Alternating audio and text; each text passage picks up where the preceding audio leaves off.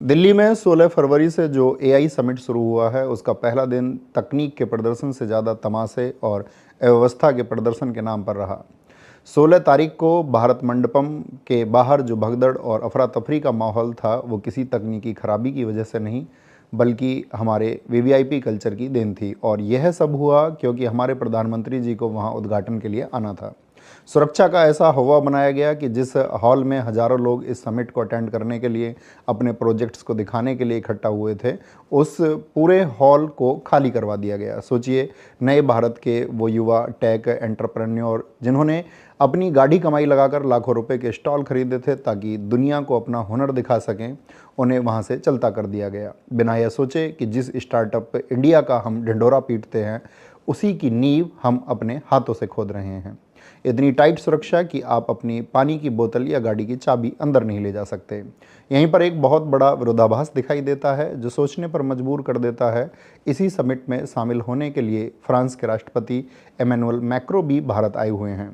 वो मुंबई की सड़कों पर आम जनता के बीच बिना किसी तामझाम के जॉगिंग कर रहे हैं। ना कि कोई ट्रैफिक रोका गया, ना सड़कें सूनी करवाई गईं और ना ही जनता को कोई परेशानी हुई।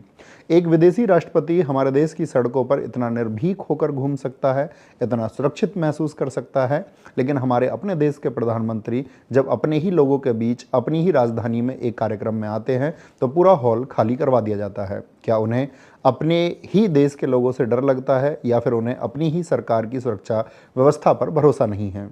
यह कैसा विश्वगुरु बनने का सपना है, जहां राजा को अपनी प्रजा के बीच जाने के लिए किलेबंदी करनी पड़ती है। और जब लोगों को हॉल से सिक्योरिटी के नाम पर बाहर निकाला जा रहा था, तब जिन लोगों ने अपना स्टॉल लाखों रुपए देकर लगाया था, उन्हें भी अपना सामान छोड़कर बाहर जाना पड़ा। उन्हें लगा कि सिक्योरिटी है तो सामान सुरक्षित रहेगा, लेकिन उन्हें नहीं पता था कि सामान चोरी हो जाएगा। बंगलुरु के धनंजय यादव, जो नियो सैपियन के फाउंडर हैं, बेचारे अपना एआई वियरेबल डिवाइस दुनिया को दिखाने आए थे। सिक्योरिटी वालों ने कहा, सर पीएम साहब आ रहे हैं, आप बाहर जाइए, सामान की जिम्मेदारी हमारी।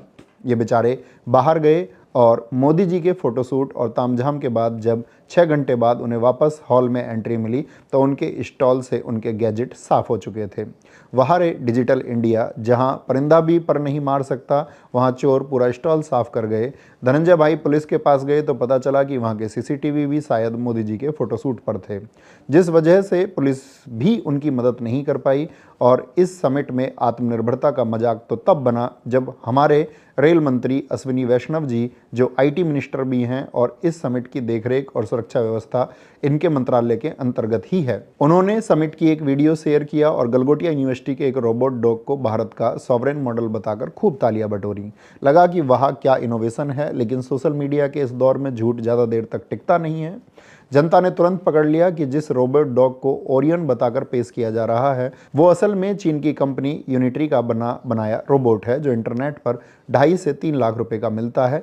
पर यूनिवर्सिटी ने इसे 2.5 करोड़ का बताया और मेड इन चाइना का टैग हटाकर अपना स्टिकर चिपका दिया और हो गया मेक इन इंडिया।